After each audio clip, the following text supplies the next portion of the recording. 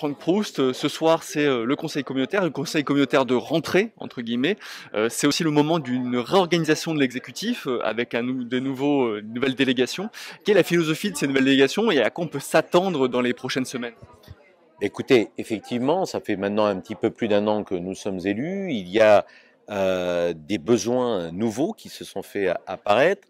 Et c'est la raison pour laquelle j'ai souhaité, pour un certain nombre d'élus, de donner des délégations. Je pense à Patrice Plane sur la Smart City pour qu'on travaille de gré à gré avec la ville de Nîmes et qu'il y ait une véritable synergie sur ce qu'on appelle la ville intelligente. Aujourd'hui, on est tous avec des portables. Il faut qu'on puisse en temps réel savoir le nombre de places de parking. Quand on a des risques comme liés aux intempéries, qu'on puisse dire il faut pas passer dans tel quartier, qu'on connaisse les activités culturelles, sportives sur l'ensemble du territoire de cette agglomération. Donc j'ai confié cette responsabilité à Patrice Plane. J'ai confié également à Jean-Jacques Granat la responsabilité du COPIL Magna Porta, qui est important, qui est un territoire sur lequel on doit travailler sur 3, 4, 5 ans pour savoir qu'est-ce qu'on fait véritablement autour de la gare, et je lui ai demandé aussi de s'occuper de l'insertion. Et puis j'ai réorienté les délégations d'Eddy Valadier sur l'ingénierie financière. Est-ce que sur certains projets on doit faire des partenariats publics-privés?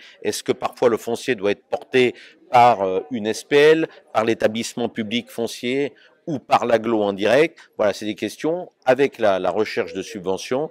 Voilà le domaine de compétences d'Eddy Valadier. Puis j'ai confié à deux élus nîmois des lettres de mission, l'égalité homme-femme à Tiffaine Leblond, qui avait à la ville la mission locale, et à Alim Belladj, les relations avec les conseils citoyens, sans oublier également Dominique Tudela, première adjointe à Saint-Gilles, qui aura en charge également, en termes de délégation, les relations avec le conseil de développement.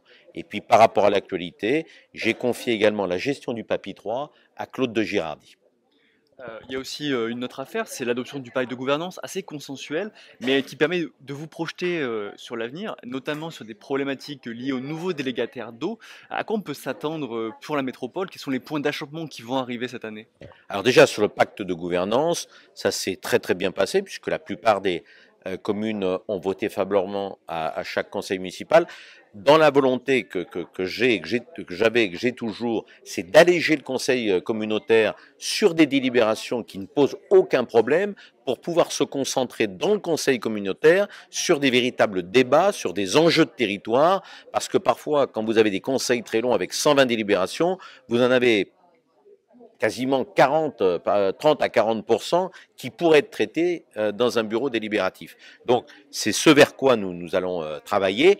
Et puis, par rapport à l'eau, vous me posez une question, c'est que c'est vrai qu'il y a un problème aujourd'hui de rendement avec un déficit ou un décalage d'1,4 million mètres cubes d'eau qui ne serait pas facturée par rapport aux prévisions. Les prévisions de tabler sur 16 millions de mètres cubes comme il se passait généralement. Aujourd'hui, on serait plus vers 14,4, 14,5 millions de mètres cubes. Donc, les commissions se réunissent, mais ça pose des problèmes d'ordre financier pour l'agglomération, pour la structure d'eau Nîmes Métropole.